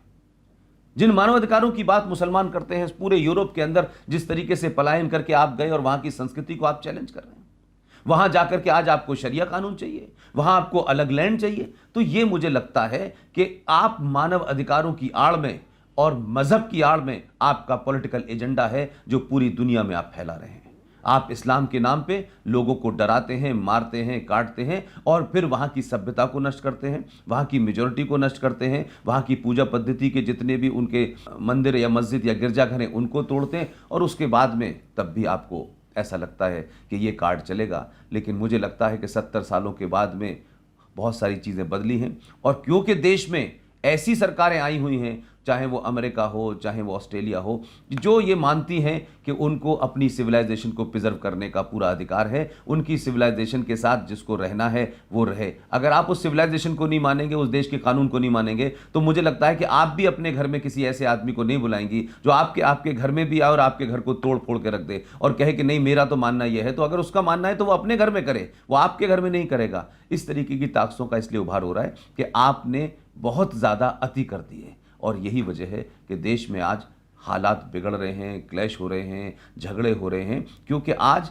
70 सालों से जो एक आदर्श, जो इनविजिबल सत्ता आपने इस देश में स्थापित कर ली थी, अब उस इनविजिबल सत्ता की ताकत धीरे धीरे कम हो रही है। संविधान से देश चल रहा है, पार्लियामेंट से देश चल रहा है। तो कुछ लोगों को सेलेक्टिव हैं, कभी संविधान अच्छा लगता है क्योंकि उनके फेवर में बात करता है, कभी संसद अच्छी लगती है, कभी संसद नहीं अच्छी लगती। तो कोई देश दुनिया में या कोई घर इस बात पर नहीं चलेगा कि क्या अच्छा है क्या बुरा है। उसमें कोई अगर संविधान है तो आपको संविधान के हिसाब से चलना होगा। इतने कठोर जीवन को जीने वाले लोग जिस किस तरीके से मुट्ठी भर 20-30-40 हज़ार बस निकल के भारत आ गए हैं, आज उनको नागरिकता मिलने जा रही है और लोग उसका विरोध कर रहे हैं। शर्म नहीं आती इन लोगों को? ऊपर से हमसे ये सवाल किया जा रहा है या सरकार से सवाल किया जा रहा है कि इस एक्ट में उस जिहादी का नाम, उसकी जाति का नाम क्यों नहीं लिखा, उस पाकिस्तानी जिहादी का जिसने हमारी बच्ची उठाई थी। आप शिकार और शिकारी को एक साथ रखना चाहते हो। हम लोग है विक्टिम वहाँ के। हमारी बच्ची उठाने वाले को नागरिकता बिल में नाम नहीं लिखा, आप ये कह करके दिखाना क्या चाहते हो? क्या विरोध करने वाले लोगों को शर्म नहीं आती? क्या उनकी आस्थाएं पाकिस्तान से जुड़ी हुई हैं? क्या पाकिस्तान के बहुसंख्यक समाज ने हमारी बच्चियां उठाई हैं, वो उन बहुसंख्यक समाज को झूठा शरणागत का आवरण पहनाकर भारत में क्यों लाना चाहते हैं? क्या उनको भारत की सुरक्षा की परवाह नहीं है? क्या उनको फ़र्क नहीं पड़ता इस बात से कि भारत सुरक्षित रहेगा कि नहीं रहेगा? उन जिहादियों को क्यों इम्पोर्ट करना चाहते हैं? यदि यहाँ बहने वाली गंगा मेरी और उन मुसलमान भाइयों की, दोनों की है जो भारत में रहते हैं, तो क्या उनको शर्म नहीं आती इस कानून का विरोध करते हुए? क्या उनको इस समझ में नहीं आता कि ये कानून नागरिकता देने के लिए, किसी का कुछ लेने के लिए नहीं है?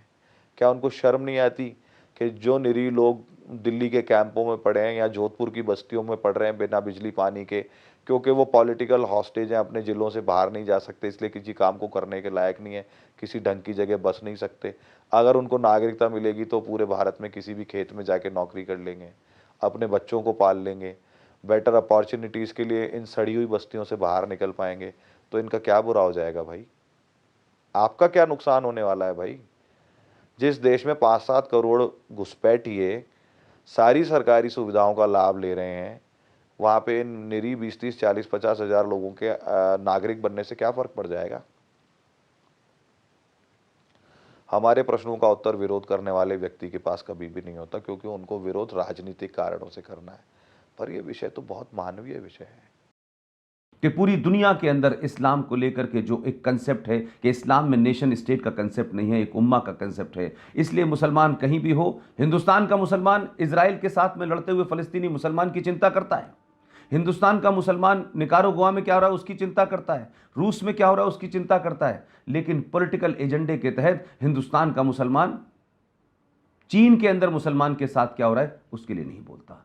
पूरे देश का तालिबानाइजेशन हो गया है। बताइए कोई माइनॉरिटी वहाँ कैसे रह सकता है? पूरे देश के अंदर बड़े बड़े मदरसे खुल गए हैं, जिहादी तैयार किए जा रहे हैं, पूरी दुनिया को वो लोग जिहादी एक्सपोर्ट कर रहे हैं।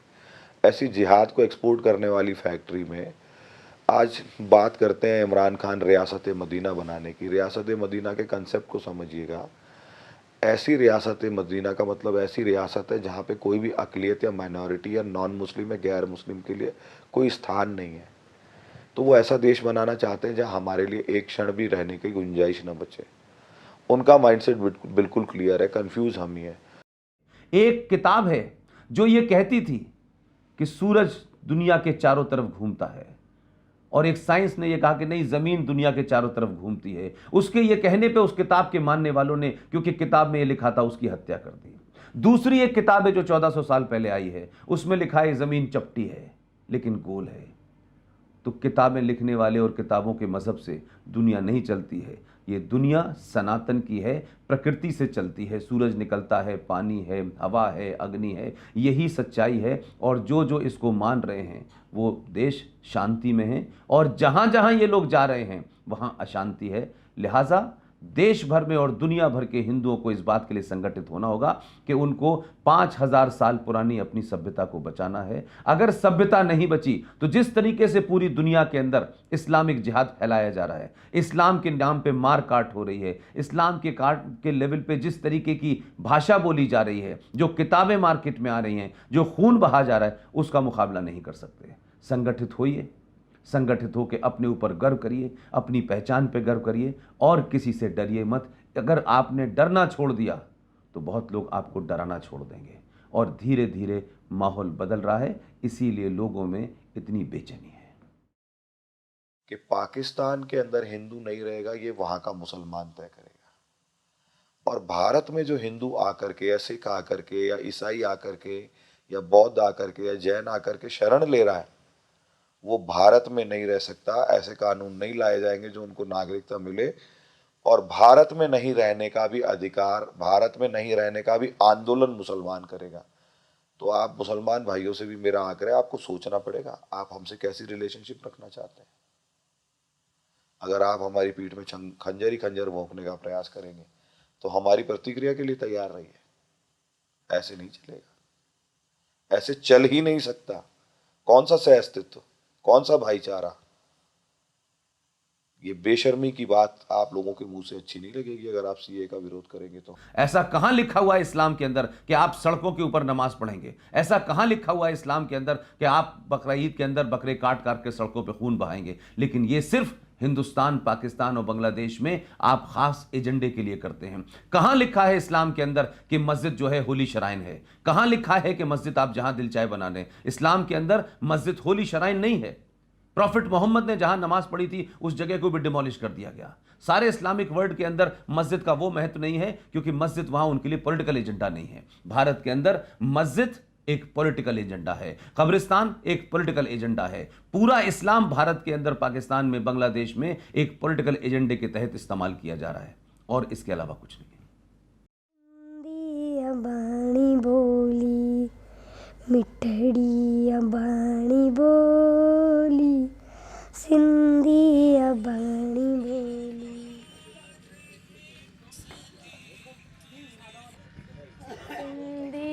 भाणी बोली मिठड़ी बाणी बोली, सिंधी बाणी बोली मिठड़ी बाणी बोली तंहिंखे मां कीअं विसारियां जिंद जान तंहिं ते वारियां जंहिंमें मिली मूंखे पींगे में माहुलोली सिंधी बाणी बोली मिठड़ी बाणी बोली सिंधी बाणी बोली।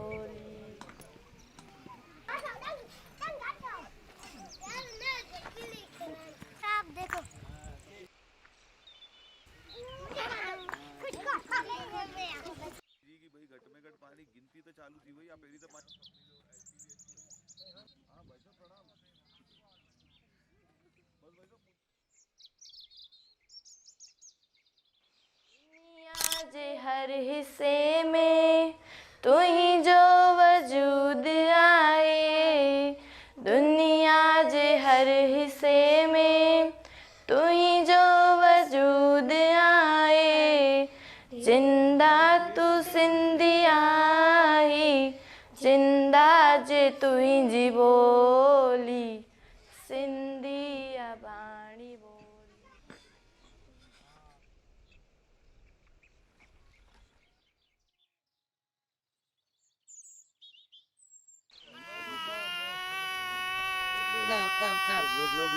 लोग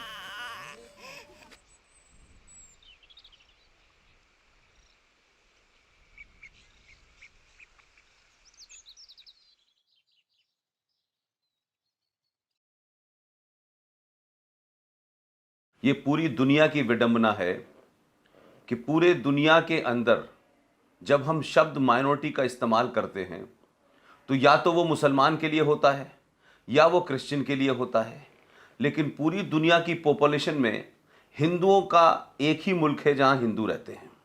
वो अपने मुल्क में भी माइनॉरिटी से डरते हैं और दुनिया में जहां जहां वो माइनॉरिटी में हैं उनके लिए दुनिया भर के जितने भी मानवाधिकार आयोग हैं, संगठन हैं, उनका कभी हिंदुओं के प्रति वो सेंसिटिविटी नहीं होती। उनकी माइनॉरिटीज़ में मुसलमान आता है, क्रिश्चियन आता है, लेकिन हिंदू नहीं आता।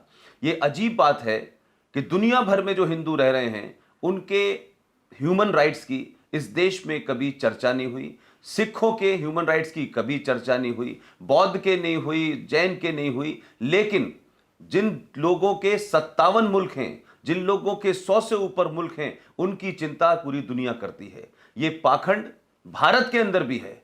भारत की मेजॉरिटी में हिंदू है, लेकिन इसके बावजूद भी जहां जहां हिंदू माइनॉरिटी में है, चाहे वो जम्मू कश्मीर हो, चाहे वो नॉर्थ ईस्ट हो, चाहे पंजाब हो, उनके ह्यूमन राइट्स की बात भारत के अंदर भी नहीं उठती। मैं समझता हूं कि ये दुनिया का डबल स्टैंडर्ड है। आज देश भर में और दुनिया भर में जो छोटी छोटी माइनॉरिटीज हैं उसकी चिंता होनी चाहिए, और भारत के अंदर खासतौर से जो एक हिंदू बहुसंख्यक समाज है उसकी सहिष्णुता, उसकी इंटॉलरेंस और उसके बारे में कभी चर्चा नहीं हुई। मैं समझता हूं कि आज दुनिया के अंदर और ख़ासतौर से भारत में, पाकिस्तान में, इस्लामिक देशों में दुनिया भर की छोटी छोटी माइनॉरिटीज़ के साथ जो अत्याचार हो रहा है उस पर भी दुनिया को ध्यान केंद्रित करना चाहिए।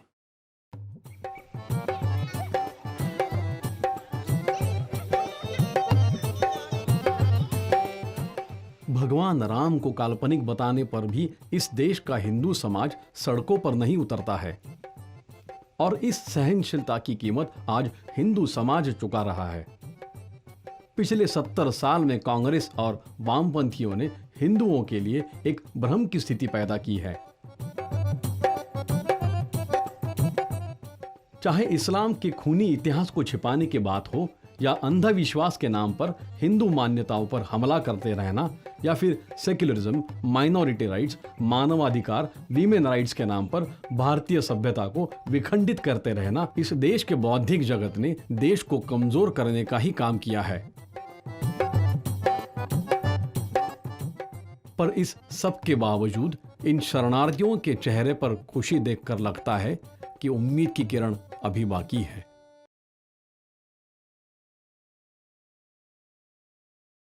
विपक्ष के लोग भ्रांति फैला रहे, लोगों को उकसा रहे, दंगे करा रहे हैं, सीए के माध्यम से किसी की नागरिकता नहीं जाने वाली। विशेषकर माइनॉरिटी और मुसलमान भाइयों बहनों को मैं आश्वस्त करना चाहता हूं, एक की भी नागरिकता नहीं जानी है। जो प्रताड़ित हुए हैं उनको नागरिकता देने का सवाल है। वो हमारे भाई है, हमारे बहन है, उनको नागरिकता मिलनी चाहिए। मोदी जी ने सीए को लाकर वो लाखों करोड़ों लोगों के मानव अधिकार का रक्षण करने का काम किया है। महात्मा गांधी, सरदार पटेल, मौलाना आजाद और जवाहरलाल नेहरू ने जो वचन दिया था वो वचन को पूर्ति करने का काम देश के प्रधानमंत्री नरेंद्र मोदी ने किया है।